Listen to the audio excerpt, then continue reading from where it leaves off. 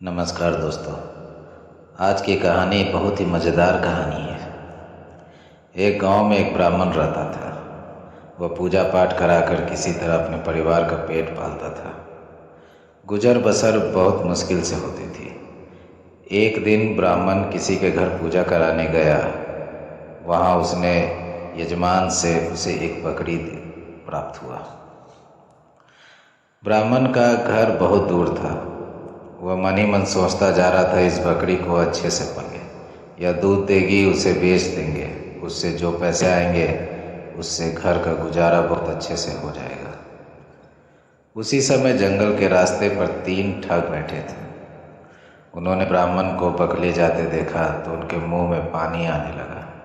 पहला बोला, अगर आज ये बकरी हाथ लग जाए तो शाम की दावत हो जाए। दूसरा बोला, ब्राह्मण ऐसे तो बकरी देगा नहीं, कुछ तरकीब लगानी पड़ेगी। तीसरा बोला, मेरे पास एक कमाल की तरकीब है, जैसे मैं कहता हूँ वैसा ही करना। अब पेड़ के पीछे छिप जाओ। तीनों पेड़ के पीछे छिप कर बकरी हड़पने की योजना बनाने लगे।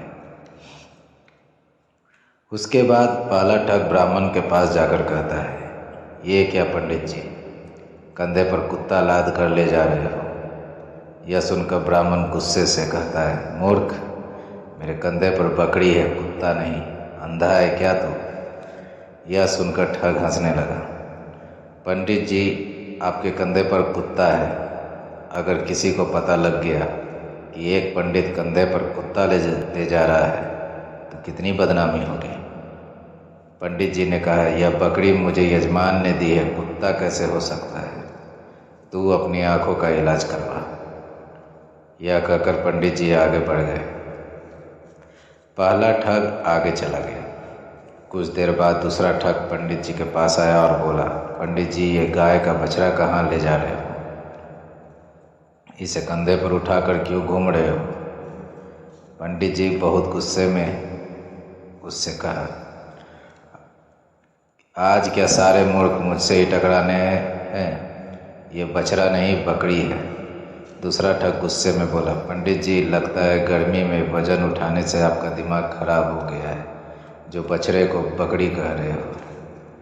यह कहकर वह भी आगे चला गया। अब पंडित जी सोचने लगे, पता नहीं क्या है, पहला आदमी से कुत्ता कह रहा था, दूसरा आदमी से बछड़ा कह रहा है। पंडित जी यह सोचते हुए कुछ और आगे बढ़े ही थे, तभी उन्हें तीसरा ठग ने घेर लिया और बोला, पंडित जी, यह सिर पर गधे का बच्चा उठाकर क्यों घूम रहे हो? कैसा जमाना आ गया है कि पंडित भी अब गधे को सिर पर रखकर घूम रहे हैं।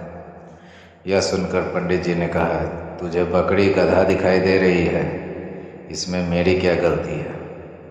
मैंने तो बकरी उठा रखी है, वो भी सर पर नहीं, कंधे तरफ। यह सुनकर तीसरा ठग हंसने लगा और बोला, पंडित जी, गधा सर पर हो तो दिमाग कहाँ से चलेगा? लगता है गधे का असर दिमाग पर हो गया है, जो गधे को बकरी बोल रहे हो। यह कहकर वह भी आगे चला गया। उसके जाने के बाद ब्राह्मण ने सोचा, कहीं यह कोई पिशाचनी या भूत तो नहीं जो सबको अलग अलग जानवर के रूप में दिखाई दे रही है। मैं इसे घर ले गया तो मेरे घर में मुसीबत आ जाएगी। यह सोचकर ब्राह्मण ने बकरी को कंधे से उतार दिया और वहाँ से भाग निकले। उसने सोचा, कहीं पिशाचनी मेरे पीछे न पड़ जाए।